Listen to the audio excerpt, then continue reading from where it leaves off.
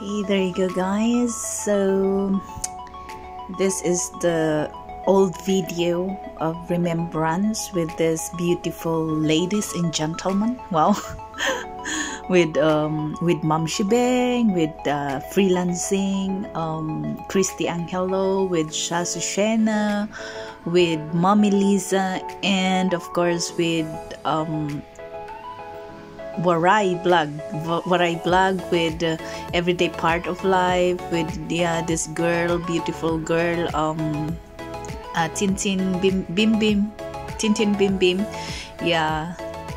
So this is the first YouTuber I met when nag-vacation ako. So ito na. So ito yung first time na na-meet ko si Waray. So papunta na kami nito sa ayan. Ito. Nakasakay kami sa jeep. Sa Grab.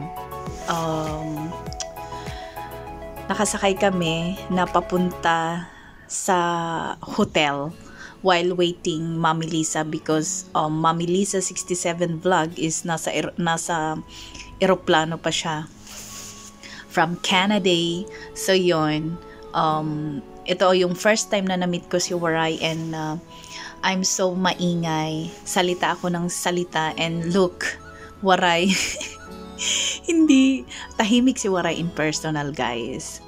Makikita mo siya sa live, ganun siya, hello, ganun siya. But then in personal, she's very quiet, guys. Matahimik siya. But then kapag tumagal-tagal, nagiging maingay na rin yan. Yan. So Waray is kami yung hindi niya kami kilala, but then nakilala niya tayo dito sa YT. So, ibinigay niya yung trust niya, yung friendship niya sa atin, and first time niya makipag-meet sa mga friend na kasi hindi yan mahilig sa mga, yung mga mag-outing or something, barka-barkada, but then a favor. Thank you kay Waray dahil naging friendship natin siya, naging friend natin siya, nagtiwala siya sa atin, and first time niya na makipag-meet talaga sa mga ganitong mga pagkakataon. So, she's pretty and personal, she's sexy, yan. Ngumingiti-ngiti na dyan si Waray, kinikilig-kilig na naman si Waray, ayan. So, Waray is very simple girl na mapagmahal na kaibigan, yan. So, ito papunta kami sa hotel, and salita ako ng salita na na siya, naiingayan na siya sa akin, guys. Tignan mo, tahimik. Tapos nagugutom yan. Ang mga babae pag nagugutom, some of the girls kapag hungry na sila, nako, wag mong kausapin dahil bobombahin ka. Yeah, some girl is like that. So, ayan, gutom na siya dyan. And syempre hindi pa siya sanay sa akin. First time naming mag-meet, and ako daldal ng daldal, hala, nagbe-video, kinakausap ko yung sarili ko sa video while siya nakikinig, ngiti-ngiti lang, ganon. Tapos naiingayan niya yung tenga niya. So yon, ayan, ganyan. Yan yung unang first namin ni Waray. Actually, ang first from galing ako sa bahay namin, and anong oras na ako nakarating sa kanila? Around 2 a.m. guys, 2 a.m. Napakalakas ng ulan, as in sobrang ang lakas ng ulan. Wala akong magawa kundi gisingin si Waray, kasi nag-grab din ako as in sa labas ng pintuan ng bahay nila.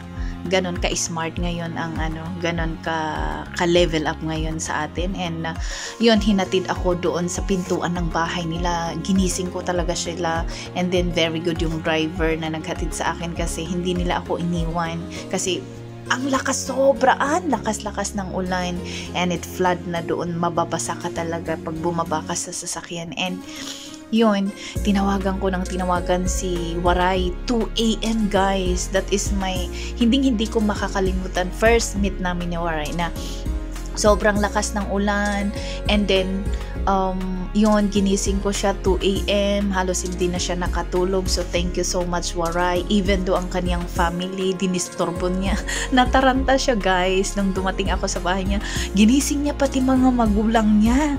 Para andyan na siya, ganun daw siya. So yun, thank you so much sa parents ni Waray. Very lovely yung parents niya. So yan, nasa biyahe pa kami. Ayan na, yan, ganyan dyan, yan dyan sa Manila. So yan ang nangyari dyan, ganyan yan. And yan, mahaba-haba ang grabe, as in yung, reality talaga yung traffic, as in sobra ganun kayaman ang Pilipinas, sobrang andaming sasakyan. Ako lang yata yung walang sasakyan na dyan sa Pilipinas. Halos lahat na ngayon may sasakyan. Ako lang yata yung yayamanin na walang sasakyan. Paano ka naging yayamanin kung wala kang sasakyan, di ba? So yun, as in grabe yung traffic. Tapos yan, kasi ito, papunta na kami sa hotel, and then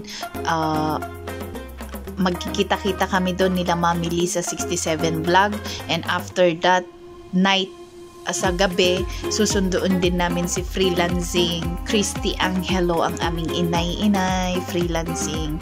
Yun, so ito, kami muna ni Waray ang nagkita papunta ng hotel. So ito ang kalsada ng Manila. Yan, si Waray lang nakakaalam dyan mga ganitong So yan, mahaba-habang biyahe, guys. Yan, traffic. Ayun, grabe, ayun, kita nyo yan. Grabe, haba ng traffic, guys. So dapat kapag may appointment ka ng 5 a.m., 3 a.m. dapat gising ka na para magbiyahe, para hindi ka malate sa trabaho. Ganon. So yan, gutom na kami ni Waray niyan. Tapos yan, mahaba-haba ang biyahe, guys. Yan, halo-halo, may motor, may taxi, may big tapos yun, parang nakakatakot yun sa, I don't know paanong tawag niyan. So yan na, there you go. Yan na si Mami Lisa 67 vlog. Yan. So nagkita-kita kami dun sa doon sa taas ng bahay talaga. Doon sa sa condo, tapos bumaba kami, maghahanap na ng pagkain. Almost 6 p.m. na yata yan. So, naghahanap kami ngayon saan kami kukuha ng kakainin namin. Kasi, syempre, hindi pa namin alam dyan. Ayun, naghanap-hanap kami. Ayan, si Madam. Ayan ang aking magandang mother. Ayan, diba? She's pretty and personal, guys. Maganda si Mami Lisa.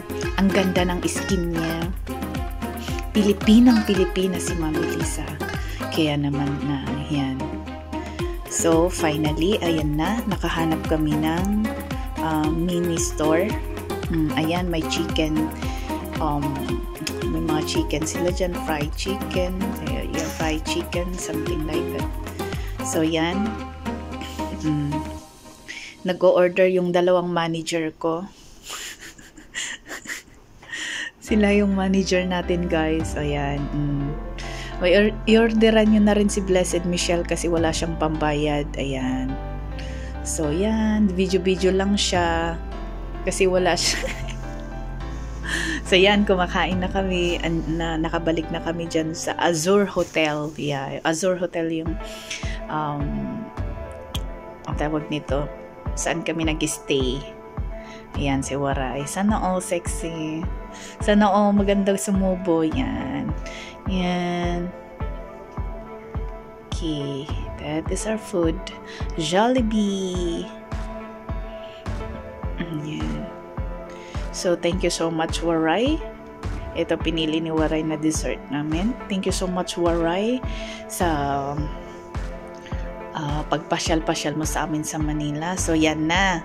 tapos na kaming kumain and we are waiting na naman sa Grab na yun. Grabe guys, sa Manila, Grab 2,000, 1,000, 3,000, ganun binabayaran namin sa mga sa mga nasakyan namin, sobrang mahal. So ito na, magsusundo na kami kay Freelancing Christy Angelo. Papunta na kami ng airport para sunduin yung galing from Davao, her first time na tumapak din ng Manila yon. So yan na. And thank you so much guys sa panunood dito sa ating mahabang premiere at magulong editing ng aking video. Thank you so much sa lahat ng help ninyo for watching my video. Kahit mga nonsense tong mga video, but pinapanood nyo. So yan, thank you guys and God bless everyone.